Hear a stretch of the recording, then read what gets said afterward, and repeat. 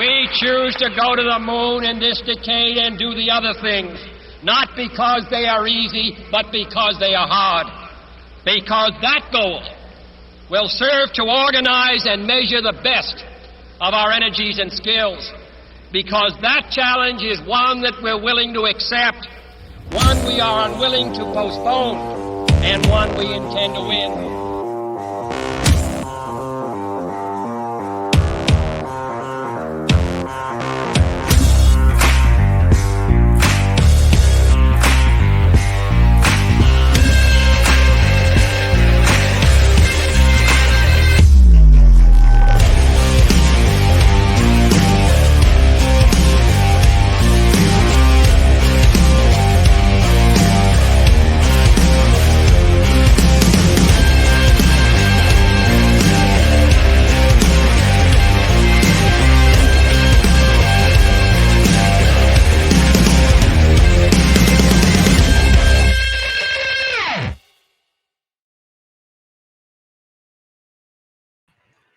Well, good morning, Syndicate. That was pretty dope intro. I think Tony made. So I appreciate Tony and Joe, y'all having us on, and look forward to running this thing and seeing where we can add some value to this group and do my best to help everybody, give some obviously tactical details, things we can do to get better. Obviously, for those that know me, I'm in the life insurance specific space. There's other people in this that are in different lines, but things apply so evenly throughout the different lines and different companies and different products, and there's like a lot of principles, that apply to all of us. So if it's not specific, sometimes I might use some terminology that's specific to what I do. Just apply it. Like, don't overcomplicate it. Make it work for you, and take what you like and leave what you don't. I actually have my boy Yoda on today. I know the intro says Zach. I think it still says Zach. Those that are watching, this is definitely not Zach. Zach and his wife had a baby yesterday afternoon, and I thought it would be mean to be like, dude, you still have to get on. So called Yoda, I don't know, 9:30, 10 o'clock last night. He was going to do next week, and I'm like, we're going to audible, dude. So I appreciate you getting on with me, bro. Absolutely, man. Appreciate you having me, man. You know I'm always down to audible, man. We're always used to Amen. Come around, making it happen. That's your game. That's your game. Always reliable too. It's one of my favorite things about you. Yoda, for those that don't know, has been in our business with me, a year and a half, almost pushing 2 years, getting towards 2 years now. And was in the space a little bit previously, trying to find his way and trying to find a way to generate the revenue he wanted. Prior to that, he was a football player. I know he did some other stuff in the middle, but played starting DB, I think is the right terminology, at Clemson. Went to the NFL. I won't steal your line, but you were in the NFL. And he's been with us, man. He's a beast, issuing 30, 40K a month, building a team, probably 30 agents, somewhere in that ballpark now, selling every month, not like 30 and 2 sell, like 30 selling, which probably means hundreds in the pipeline and coming and going. And so we're gonna give some stuff for you guys to take away. I know when you started, dude, it was like figuring this thing out. You didn't light the world on fire day one, but you've been super intentional about that. Give them some stuff that here's what I want people to come away with every week with this is like stuff they can turn on and do today. You know what I'm saying? Like, I don't want we're going to do some mindset stuff and thought process. This is who we are, but I want to make sure we really give them things like, hey, I can take away this and make money with it like right now, so maybe give them some things. And you transition from more of a fully underwritten IUL type world to what we do, simplified issue, lead based, middle income America stuff, which was, so maybe talk about the transition if you want, and then give them some things that you've learned that have helped you with the transition to really be able to turn this up and make the money you're making now. Yeah, for sure. So there's been a ton that I've learned. What I was doing before, especially all fully underwritten, it was really more 30, the 30 appointments that's normal now, that was not normal in that world. It was a couple of appointments, solid appointments a week. Sometimes we would sit down with clients 2 or 3 times before the application is submitted. So just a different world. But I mean, regardless, coming over here, some of the biggest things I learned from you, honestly, was just about judging your activity, right? Like taking the emotion out of the business, taking the, oh, hey, everybody's saying they already got it. Nobody's answering. Everybody's saying, they need to think about it, whatever that is, whatever I felt like it was, taking that out and looking at the amount of numbers. And what you showed me was, okay, look at how many dials you made on your, obviously how many leads you have, right? How many dials you made and how many people answered, and then how many appointments you booked. And when I look at it through that scope, and I'm able to say, oh, regardless of no shows me, or regardless of if somebody answers or not, I'm getting paid. Do the math for the week or the month, it just made sense to just strictly look at this business through the lens of activity. So that was like the biggest probably change we had early on that helped. Were you like, and I don't remember, I don't know the answer to this, and obviously this is more of an internal question because I know how I was. Were you like super emotional when I mean, you're an athlete, dude, so I'm assuming you used to hard stuff. And were you like did it mess you up emotionally when with a bunch of the no's or the like not hitting? Were you? I struggled, dude. When I started, the no's and I didn't fill it out and the hanging up on me, like I would get pissed.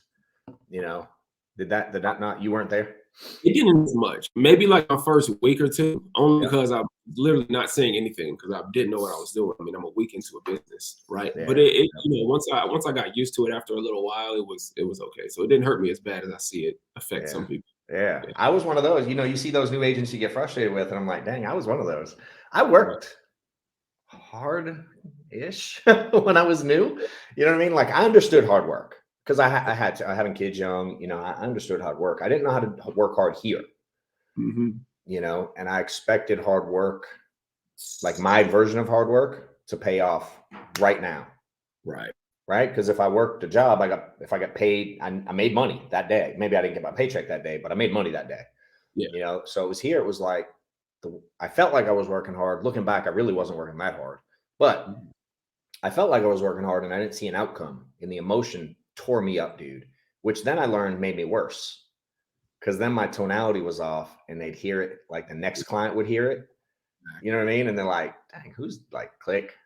And I was blaming the leads instead of like, I sound like crap on the phone because my emotions are coming out in my voice, Yeah, we've all had times. Yeah, man. And then it took me a hot minute to realize I don't really know what actually I do know what the change. You know what's funny? And I'll talk about it, but I'll give you your change. When I was looking at, I'm a spreadsheet nerd. When I was looking at my spreadsheet and I looked at what you said, the dials and the deposits, I did the math for I tracked it for a year when I was part-time. I did the math for a year. I still have the spreadsheet. I shared it with someone the other day.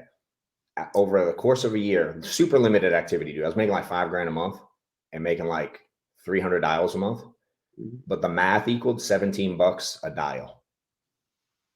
And it changed for me right there.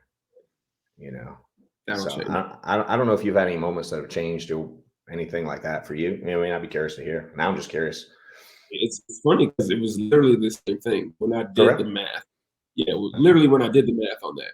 Yeah. And we had that conversation. I don't think you showed me your exact spreadsheet, but you told me about what to look for and what to track. And I did it it wasn't a year, but I did it for 4 or 5 months straight. Yeah.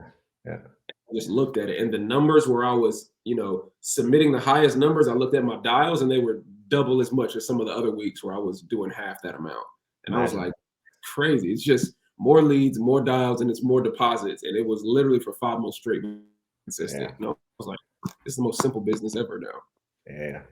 Give them something like specific on, since we're kind of talking about phones and dials, give them something good on the phone that's helped you, man. I listen to you dial, like Yoda's when he's in the office 5 feet from me, so I get the luxury of hearing you dial some, and you're still here late dialing a lot, dude, making things happen. You got a lot going on. So you're definitely here in the evening. It'd be sometimes just me and you, later in the night, but give them something that you use on the phone, man, that's helped you. Yeah, that's a good question. Something specific that I've used on the phone. Yeah. It's funny when you like do it. Sometimes like we don't know our stuff because you just get so used to word tracks. Yeah, exactly. You know what I mean?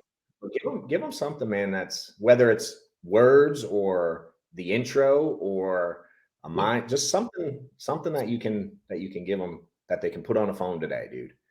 For sure. I think something that I learned early on that I know it still helps me is responding to, okay, so following the script usually is not the biggest, hardest deal in the world. Like most people can follow the script. The problem is, especially when you're new, when you get thrown off, when that objection comes or a curveball comes, and it's like, And so I remember when I first started feeling that, I didn't really know what to do. And so what I do now, regardless of what they say, it doesn't matter if they say, hey, my house is on fire, I'm not interested. It doesn't matter. My next phrase is going to be perfect. That's exactly what I'm calling. Right? So Joe said exactly. Joe typed it. I think I saw it as I was asking the question. I think he typed that in there. Fool knew your answer before you knew your answer. That's funny. And so that, gives you time to kind of think about what you're going to say. And then, so saying literally, like, I'm going through the script. Hey, so I want to verify. Oh, my house is on fire. Well, that's exactly why I'm calling. Literally, what does that do? Because some people don't buy that. They're like, I'll be honest.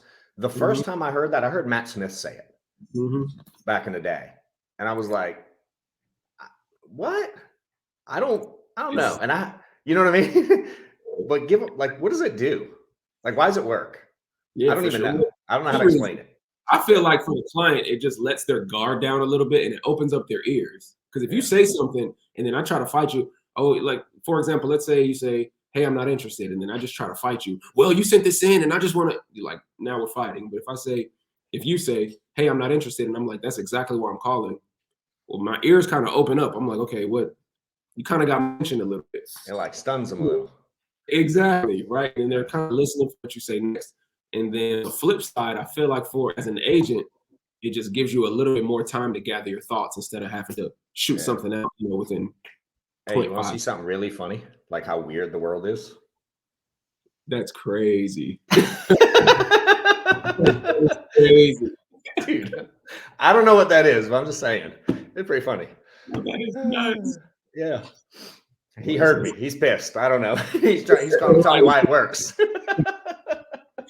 Lord, that's pretty funny. Yeah, I think that's the biggest thing. And then one thing I learned from you too is really just controlling the conversations with questions. So also, regardless of what they say, whether it's an objection or whether they're answering your question, you're always ending your statements with the question. So if I say, for example, if the client says, hey, where are you calling from? Who do you work for? Right? I'm just not answering the question. I'm not just saying, I work for Family First Life, right? Or wherever.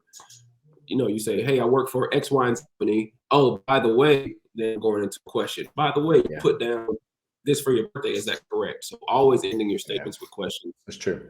Yeah, that awkward pause. Like people will be like, hey, this is John calling from such and such. And then there's like a pause. You know what I mean? Hey, man, I'm calling from the benefits center here in Paulding County. And they wait. I'm like, ooh, that's where you get killed. Yeah, that's a good one. Yeah. Give them info, ask a question. So I like Ryan asked a question. Can you see the question too? I can. Yeah, actually, I can. Yeah. Hey, I need a plug for this. He's saying my battery's low. Both of you, what is your go-to when either of you aren't on your A game or dealing with a major issue? How do we get moving in a positive direction and make the calls? It's this one. Yeah, can you plug it in? You want to answer that one? Yeah, I can answer that. It's funny. I don't necessarily have a go-to, but from what we talked about earlier, I understand how the numbers work. So that kind of takes out the pressure to be like, oh, I'm not doing good, or I'm whatever that looks like. So for me, I've had dial days where the first 3.5, sometimes 4 hours of the dial day, I didn't get anything, maybe one appointment, right? So that's getting beat up. But I just understand the numbers of the numbers. And so as long as I keep putting it in, it comes out in the back end. Yeah, I would say, man, if I'm not on my A game, I think for me, I'm going to give two answers. When I was not on my A game, like on an activity-based thing, you know what I mean? If I'm dialing or selling or recruiting or whatever it is, like the activity doesn't equal some result type frustration. And especially if I've done it before, like a lot of agents struggle with this. They'll have a quote unquote bad week, bad month, whatever, and they get in their head. And someone once told me when I was going through this stage, I called and I was frustrated, and he was like, dude, I think you're overthinking it, bro. You've done this before. Like you've sold insurance already, bro. Like, what do you mean you can't do it? You know what I mean? And I literally have to look back and go, bro, you've already done this. Like if you've booked appointments, you know how to book appointments. If you've made sales, you know how to make sales. So I think sometimes it's catching, and this will answer kind of the other way that I wanted to express too, is when I'm off my game, even still today, like, dude, I had to do this yesterday, like legit. We have some stuff that went like really wrong, right? Just internal stuff. It didn't go the way I wanted. And I'm like, I'm miswired, dude. I still get impatient and lose my stuff. And so I have to like catch it. Like I try to, when you're off your game, mentally, we all know, when you're being like whiny or negative, and if you don't, I don't believe you. So when I get in a negative mindset, or I feel some kind of way where I'm off, dude, I try my best to just catch it. I literally talk to myself. So I literally stood up. I walked out of Amanda's office. I went into my office, which is 12 steps down the hall. I sat on my chair and I'm like, bro, you got to get it together. Like you're being negative right now, and it's not helping anything in the situation. And I'm weird. I literally talk to myself, and I don't know if that's weird or normal. I don't know, but I do, dude, sometimes out loud. I'm like, get your stuff together, bro. Stop it. Because it ain't helping. You know what I mean? And if I got to be the voice of reason to myself, sometimes I am, So I think I rely on past experiences to remind myself that I have ability when I doubt myself. And then I legit I try to catch it and get out of it quick. I was in my office for 45 seconds, gained my composure, went back in the office. I'm like, all right, let's go. Let's just fix the problem. Like, it's a problem. It's a big one, but let's just fix it. You know what I mean? Had I drug it out for the day, which I could have, you know what I mean? Like, what good would I have done? And I'd have drug other people down, So that's for me. And for those that don't know, Joe's hiding in the background. How do you get those questions up there, dude? I don't know how to do it, but if there's more, put them up there. You just click the comments. I don't even see the comments, dude. Top right. Top right. Interesting. You're gonna have to teach me that one because I don't see nothing. Anyway, if there's more, y'all got questions, feel free to do them. And Joe's gonna make them appear till I feel. Oh, I see it. Top right over there. Oh, dope.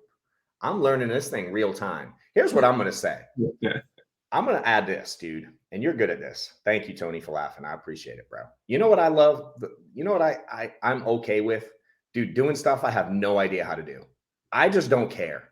Like I figured this thing out like 32 seconds before we got on, and I don't know how to use it. I don't know how it works. I've never done StreamYard. I don't next Tuesday. Hey, I want to put that one on there. Show. Look at that, Tony. I learned it quick. I'm a quick learner, bro. Now I got to learn how to take it off. Hide. There we go. Real time. I don't mind. Yes, Alex, action. That for me is how I learn things. I go forward, try things. If I mess them up, for me, that's a learning opportunity. And I just like mistakes. Like I live by this stuff. For me, I'm okay making mistakes. And I don't believe a lot of people are. I think there's a lot of people watching who don't want to mess up. And I think having an unwillingness, if that's a word, to even make mistakes causes you to not be as successful as you could be. Because we actually learn by making mistakes and getting correction and fixing things. Now you make mistakes and you aren't getting correction, probably not the best thing, but if you're out there messing it up, and I'm literally doing it live right now, hoping this thing makes it through. And by the way, if y'all probably heard me a minute ago, I plugged in the wrong thing on my laptop and it wasn't charging. I was like, oh dang, we about died. Mid live, we almost went off live. But I'm gonna leave here and I'm gonna sit with the crew and I'm gonna go, hey, how can we do better next week? You know what I'm saying? There are no mistakes. I never heard that one, Tony. Check this one out. I know how to use this button. I'm gonna keep using it. Give them something, Yoda. What about like you're really good with, I think, in the environments I've seen you, I think you're really good. Oh, yes. I think you're really good just with people in general. I think you have a pretty good gift there of communicating and stuff. Give them some stuff that maybe you see with your team that agents struggle with, that you've had to, that you see, you know what I mean? Like things that they can fix with communication, whether it's one-on-one or virtual, however people sell, like literally communicating with clients. Give them some stuff that you think can help these guys there. Cause that's important, man. You know, sales is a big part of this, is getting people to like and trust you, and communication, and give them maybe some mistakes you see agents make when it comes to truly communicating. There's so many things I can say about that. I'll talk about the in-home. So the presentation, when you're sitting with a client, I'll start there. We can go wherever that takes us. But one mistake I see a lot with newer agents is when you're sitting down with a client, right? And obviously especially when you're brand new, a lot of stuff is going through your head, right? Yeah. It's hard to really get a solid appointment, but not focusing on the problem that they're going through.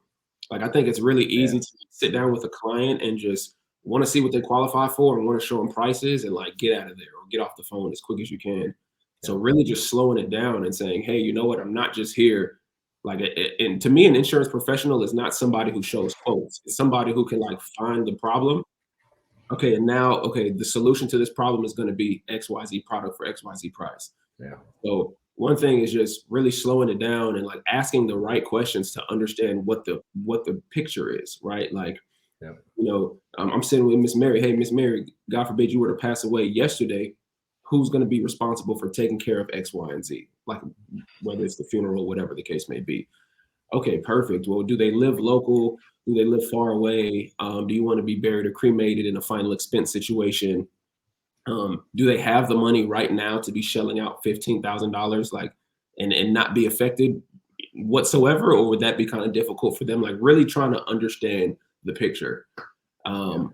I think that's where, especially being newer, it's tougher to do, but really asking those important questions to say, to me, that's really where the sale goes on. It's not the numbers and the competition. It's that, on the side of that too, sometimes, especially with clients, they want to know, it help them know you're a real person too. So not only getting their why, but telling you your why. Like, if anybody has had experience with the insurance product that you're selling, saying, hey, well, let me tell you why I'm here. This is why I do what I do.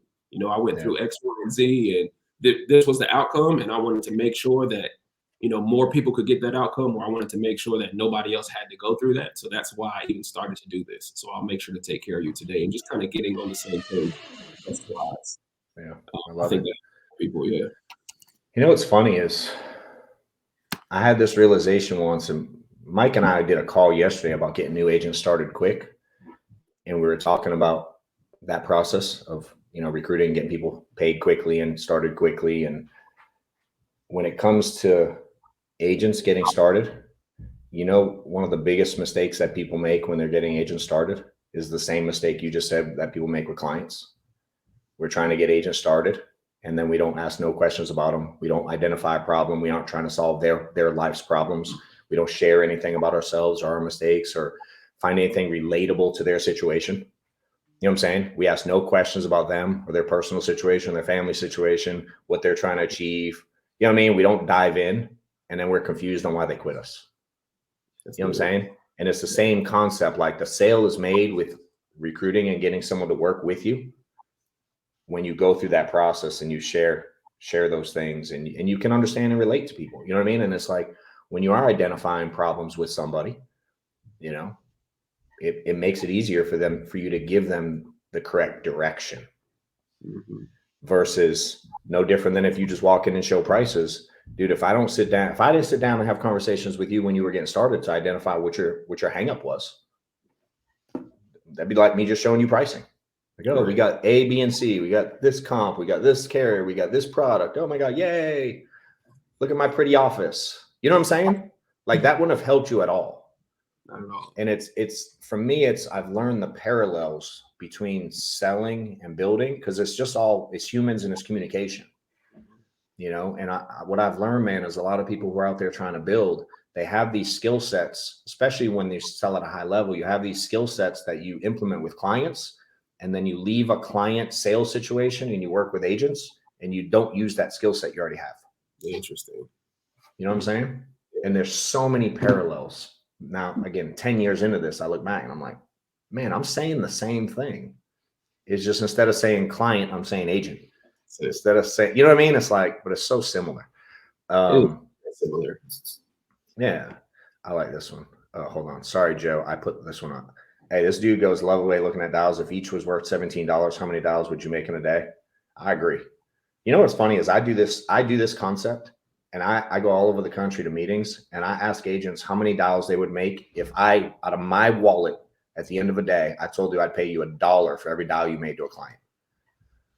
Dude, I've had people tell me they wouldn't sleep for $1 per dial, which says to me they don't track their own numbers. Mm-hmm. Because if you knew how low that was relative to what you actually make, you would dial more too. You know what I mean? Hey, put up that up. Let me see. Where did you do that other one, Joe? Was that you? I'll probably find it too. Oh, you got that one. I'm going to put up yours. Let's see. Anything you'd recommend doing with your team agents to help cultivate the culture of caring and keeping everyone bought in? What do you think? You want to stab that one, Yoda? This is your day, bro. Yeah, that's a good one. Cultivate the culture, caring and keeping everyone bought in. Joe's a great dude, like big Care Bear. He always does that care emoji. That care one's probably his. It is. Look at that. I can see who did the emoji, and it's definitely Joe. Very good. I don't know if you can see what I see, but in the top left of the screen, highlight it. But no, that's a good question. I think especially when you're building and selling, it's really easy to just lock in on clients and appointments and dials and just go and then just wait for people to reach out to you. So, you know, especially what I've been doing a lot more lately too is really being proactive and like checking on people, you know, if it's not every day, every other day. And I think that's really cultivating the caring thing. And I honestly, John, you probably don't even know this, but I got that from you. So when I first came on, you know, I was thinking, okay, cool. I'm going to just, like, we talked and X, Y, and Z, but you're running a huge organization and I'm going to just kind of probably just do my thing and holler at you when I need it. And I remember like maybe 3 or 4 days in, you shoot me a text, hey, how's it going out there? And I was like, oh, what's he texting me for? You know, because I'm like, I haven't even sold a policy yet, right? So I think stuff like that really goes a long way from a manager's perspective. Yeah, I think too that caring is a very subjective word, right? Like the eye is in the beholder there. So me showing care to you and Joe, do you feel them different? You know, so I think for me, it's learning your people, learning who people are, understanding them. And then for me, I also like to preempt stuff, and I get to define what caring is if I do it right. So meaning I'm so direct and honest about numbers with people and their activity and telling them what they need to hear because I care about their success. It's not because I'm trying to be an a-hole. You know what I'm saying? And I had to learn to tell people that. Like, that's why I'm the way I am, because I actually want you to win so badly. I want you to get your reasoning for why you're failing out of your head. And I want to give you a very logical steps towards having the level of success you want. And I know the emotional thought process gets in people's way. And if y'all out there are struggling right now, one of the biggest mistakes I see agents make is they think they know what they need to be trained on. Does that make sense? Like, they'll call you and be like, hey, I need help with this. I'm like, you're the one struggling. So if you're struggling, I love people who call for help, but there's some power in calling someone for help and going, hey, what do you think I need help with? What do you think I need to work on? I used to do that with Sean Mike, dude. When he used to do these calls, which we're doing a call later, similar to him. I do these insider calls where I do different days of the week. But if y'all want to get on it, I'm actually taking 3 people that I don't even know. They're agents. I know of them because they're on social, but I don't know them at all. They're not even in my group, I don't believe. And I offered to let people on this call, and I'm going to do like an interactive going through their business and whatever they're struggling, wherever stage they're at. They might be brand new selling. They might be building a team. I literally don't know. And I'm going to do it live where I dive into who they are, what they're trying to accomplish, what their numbers are, and try to fix whatever I can fix, and give some feedback on. And when Sean used to let us on those calls back in the day, when we first started, he would always go like, do you have any questions? And I was always scared to do it because he'll tell you the truth. But I'd be like, yeah, man, what am I bad at? What do I need to work on? And that's how I started learning that my communication was off. If I didn't ask that question, I wouldn't have been told that the way people hear me communicate is bad. The way I was perceived. He taught me about reputation, and reputation is not right or wrong. It's just what a bunch of people think. And you can control reputation if you're intentional. You know what I mean? Again, it doesn't mean it's right or wrong, but my reputation was not where I wanted it to be, and that was all solely because of the delivery. But deep down, I didn't care. So I had to learn how to preface it. And he taught me to preface stuff. Like if you're worried about stuff, or if you're not sure, if people misunderstand, like just put it out there. If you put it out there, that's like, I always talk about this, the Eminem's 8 Mile thing. They go, you know why he was one of the best battle rappers ever? Because he talked so much trash about himself that you had nothing to talk about him on. You had no ammo because he put it all out there. Right. And it stunned people, like you said earlier, and they didn't know how to go at him. So I don't know how long this is going to be. We're going to keep it 30-ish minutes. So if you give them, just end with whatever you want to end with, dude. Just give some ending words, anything you can help with.